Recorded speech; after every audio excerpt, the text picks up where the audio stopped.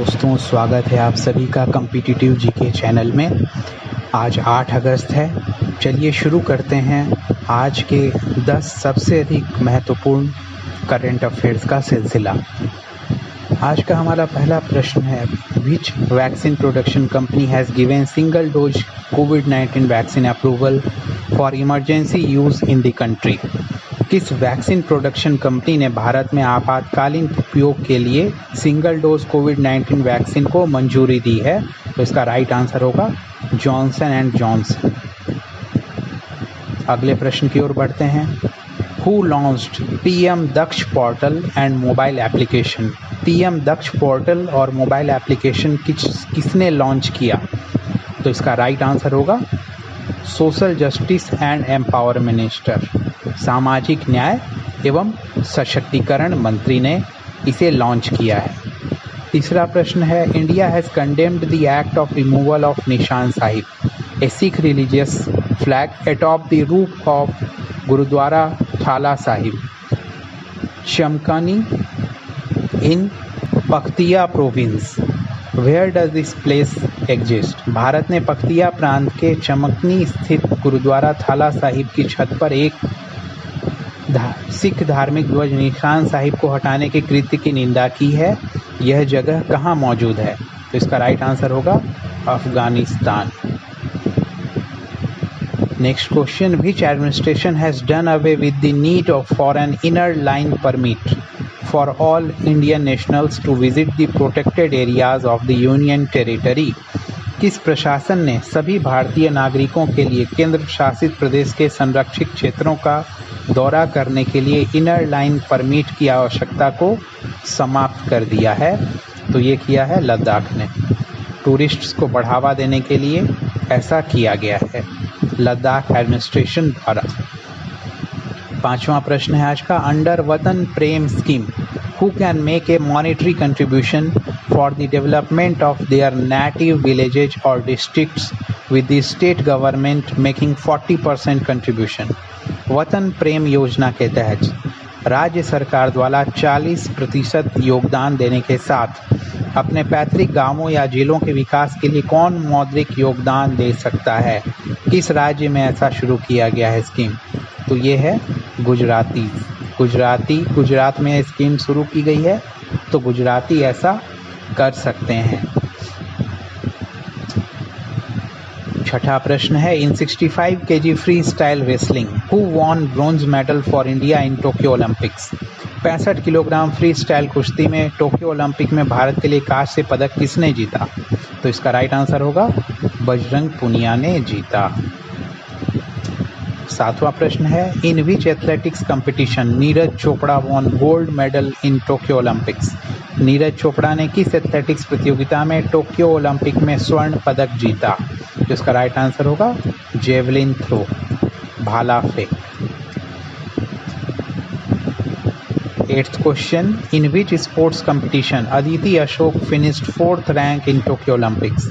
अदिति अशोक ने किस खेल प्रतियोगिता में टोक्यो ओलंपिक में 4था स्थान प्राप्त किया? तो ये गोल्फ। ये भारत के लिए बिल्कुल नई स्पर्धा में हिस्से लेने जैसा था, जिसमें भारत का कोई नाम नहीं सुनता था। अदिति अशोक शुरू में आगे रहते हुए बाद में पिछड़ गई और 4था स्थान उन्होंने प्राप्त किया। तो ये भारत के लिए एक बड़ी उपलब्धि है, इसलिए नाम और ये जिस खेल से जुड़ी हैं वो नाम स्मरण रहना आवश्यक है। 9वां प्रश्न, who is the first ever to win gold medal in athletics for India in Olympic games? Olympic खेलों में भारत के लिए एथलेटिक्स में स्वर्ण पदक जीतने वाले पहले व्यक्ति कौन हैं? तो इसका राइट आंसर होगा नीरज चोपड़ा। इससे पहले भारत ने एथलेटिक्स में कोई भी स्वर्ण पदक नहीं जीता है, तो नीरज चोपड़ा एथलेटिक्स में ओलंपिक खेलों में स्वर्ण पदक जीतने वाले पहले स्टार बन गए हैं। इससे पहले इंडिविजुअल गेम्स में अभिनव बिंद्रा ने शूटिंग में 2008 ओलंपिक में स्वर्ण पदक जीता था। उसके बाद दूसरा स्वर्ण भारत की ओर से नीरज चोपड़ा लेकर आए हैं इंडिविजुअल स्पोर्ट्स में। आज का 10वां और आखिरी प्रश्न है, in which Olympic game India got its highest medal tally? Bharat को किस ओलंपिक खेल में सर्वाधिक पदक प्राप्त हुआ? तो इसका राइट आंसर होगा टोक्यो ओलंपिक 2020।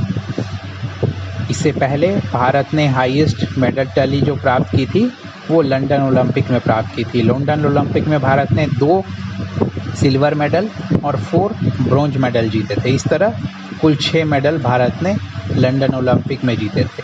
लेकिन टोक्यो ओलंपिक में 1 गोल्ड मेडल, 2 सिल्वर मेडल और 4 ब्रॉन्ज मेडल, कुल मिलाकर 7 मेडल्स जीते हैं। तो ये थे आज के 10 सबसे अधिक महत्वपूर्ण प्रश्न जो एग्ज़ाम्स की दृष्टिकोण से बहुत सहायक हैं।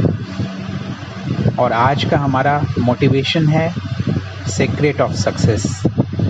सभी सफल होना चाहते हैं और इस सफलता का रहस्य क्या है? बहुत सारे रहस्य हैं, उसमें से एक रहस्य आज हम आप सभी के साथ शेयर कर रहे हैं।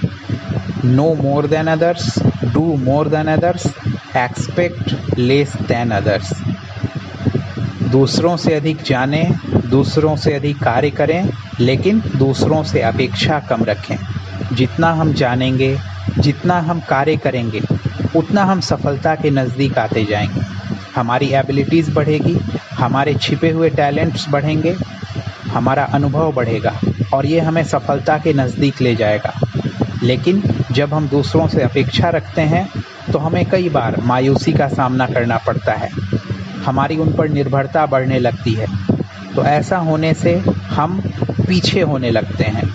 दूसरों पर निर्भर होने से हम अपने टैलेंट्स जो हमारे अंदर हिडन हैं उनको जान नहीं पाते, उनको कार्य में लगा नहीं पाते, उनको बढ़ा नहीं पाते। इसलिए दूसरों पर निर्भर होने के बजाय हम स्वयं को जानें। स्वयं को जानने के लिए जितना हम अपने आप को, जो हमें कार्य मिला है, जो हमें करना है, उसमें हम अपने आप को झोंकते जाते हैं, हमारा अनुभव बढ़ता जाता है। अनुभव से हमें सीख मिलती है और वो अनुभव हमें सफलता की ओर ले जाता है। तो हमें अधिक जानना है, आप जान रहे हैं, अधिक करना है, जो जाना है उसको प्रैक्टिकली करना है, लेकिन दूसरों से एक्सपेक्टेशन कम रखनी है।